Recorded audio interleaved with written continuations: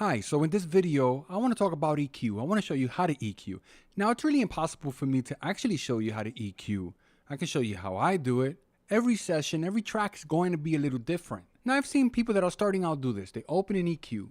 So over here, we got the stock EQ. The first thing they do, they start boosting high end, or they go for the bottom and they just start boosting for no reason. So instead of doing that, how about we do something like this? Instead of boosting, let's remove the frequencies that are bothering you. I understand it's going to take time and to figure out what sounds good, what doesn't. It takes time. Doesn't matter what speakers you have. Sure, it matters if your room is treated or not. You might hear something and it might not be coming out of your speakers. It might just be your room. You might have your monitor next to a corner. You might think that your mix has that bottom end. It sounds so tight. You take it somewhere else and it's not there. There's a couple of things you need to watch out for. So in this video, I decided to use the FabFilter Pro Q2. So let me show you the plugins that I'm using for this video. So if we look at the VO track, I have this wave plugin, which is emulating a Pultec EQ, which is fantastic. All I'm doing, I got the low frequency set to 60 and I'm attenuating and I got it set to around 4.3. I'm cutting. I'm not boosting any frequency. Then I'm using the Pro Q2 and I'm cutting. Those are the frequencies and I'm cutting here as well. So here's what we're going to do. We're going to bypass these plugins and we're going to listen to the track. So if this is the first time watching one of my videos, subscribe to the channel, press the bell for future notifications. If you want to talk about what you just saw in this video, post in the bottom. Let's talk about it. Also, don't forget to check the description for useful information. This is Ray and I'm out of here. Later, guys. Now we're going to take this EQ and we're going to turn it on. So if this is the first time watching one of my videos, subscribe to the channel, press the bell for future notifications. So if this is the first time watching one of my videos, subscribe to the channel, press the bell for future notifications. If you want to talk about what you just saw in this video, post in the bottom. Let's talk about it. Now we're going to turn on the Pro Q2. So if this is the first time watching one of my videos, subscribe to the channel, press the bell for future notifications. If you want to talk about what you just saw in this video, post in the bottom. Let's talk about it. So here's what I'm going to do. Let's look for that part that I say, let's talk about it. Post in the bottom. Let's talk about it. Now I'm going to bypass the Q2. Post in the bottom. Let's talk about it. Post in the bottom. If you listen to that part, post at the bottom. Post in the bottom. Kind of hear like this ringing thing going on. Post in the bottom. Yeah, you hear the room. I don't really like it. Post in the bottom.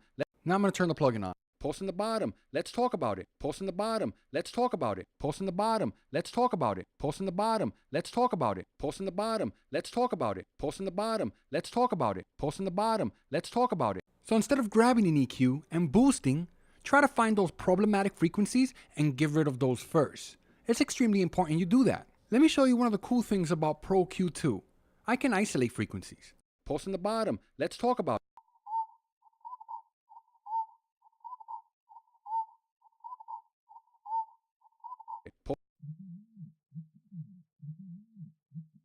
Post in the bottom. Let's talk about it.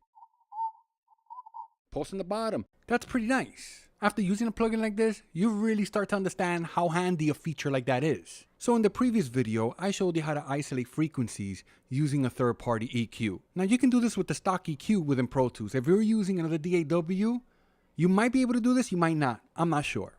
So I first showed you that Waves plugin, and I was cutting around 60. So let's do that. Let's go to the frequency and let's change that to 60. Let's turn that on. Let's change the slope. Let's listen back. Post in the bottom. Let's talk about it. Post in the bottom. Let's talk about it. If you need more, go for it. Now what you guys want to know is isolating those frequencies. Very simple. Holding down Shift and Start. Post in the bottom. Let's talk about it. Post in the bottom. Let's talk about it. Post in the bottom. Let's talk about it. Post in the bottom. Let's talk about it. And if you're wondering, Ray, my DAW doesn't have that functionality. What can I do?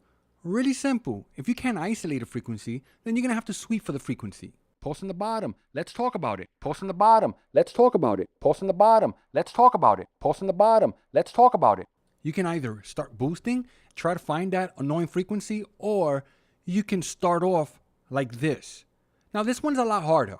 It's actually easier to boost than actually start by cutting. And some people do it that way. I do it. It takes time, but you can do it both ways. It's all up to you. So if this is the first time watching one of my videos, subscribe to the channel, press the bell for future notifications. If you want to talk about what you just saw in this video, post in the bottom. Let's talk about it. Also, don't forget to check the description for useful information. This is Ray and I'm out of here. Later, guys.